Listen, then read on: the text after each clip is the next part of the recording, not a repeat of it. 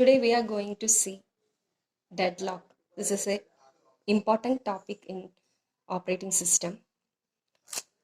Now we are going to see what is a deadlock. We know that there will be competition of processes for resources in a multi-programming system. That means process can request resources. If that resource is not available at that time, the process cannot complete its work. So this will enter the process to a waiting state. Sometimes it will wait for a long time, and this situation is called this deadlock. That is, deadlock is a situation in which there are two or more processes. Each process wants a resource to complete its task, and that resource is not available to this particular process at that time, and this will lead to a long time wait for the process, and this is known as deadlock. Any process can use resources in a particular sequence. Sequence is request, use, release. This is the sequence for using resources. First one is the request phase. In this phase, for each process which needs a resource should request for that resource. After its request, if that resource is available at that time, then that process can use the resource. So it will go to the use state from request state.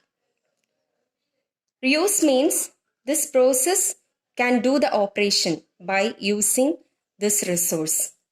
And after completing its task, this process should release that particular resource. So only after releasing this particular resource, another process can use this resource. So after its operation or after completing the task, the process should release the resource. So these are the sequence. At first, it should request the resource, and if that resource is available, then this process can use the resource. After using this resource, it should release the resource. So these are the sequence. Now, we are going to see the deadlock characterization.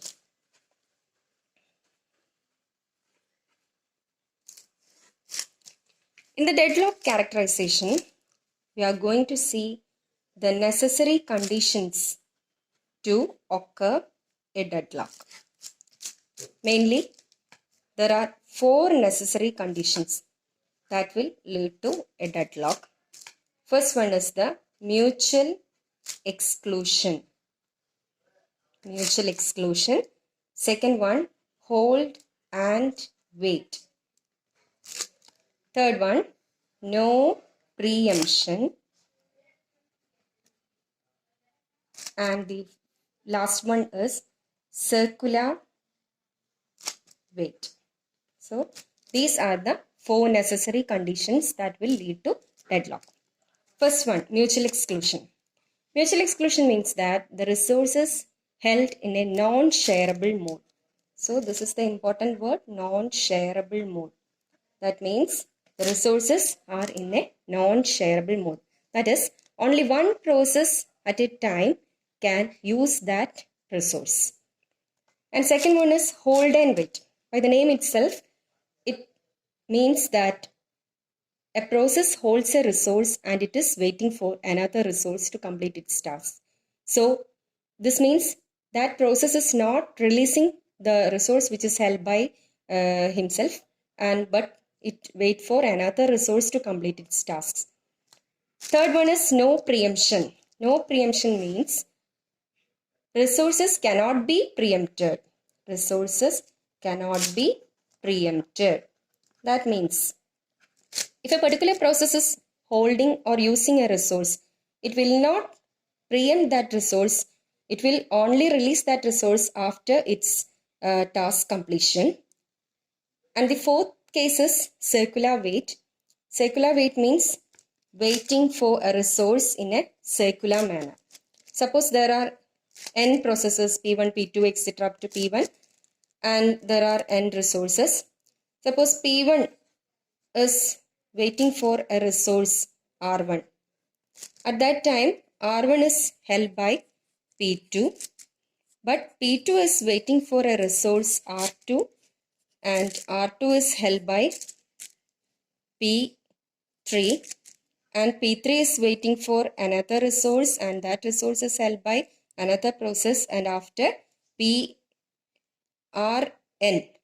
is held by this P1. So it will be in a circular manner, the waiting and holding in a circular manner, and this is known as circular wait. So these are the 4 necessary conditions that will lead to deadlock, and all the 4 conditions must hold for a deadlock to occur. Okay, thank you.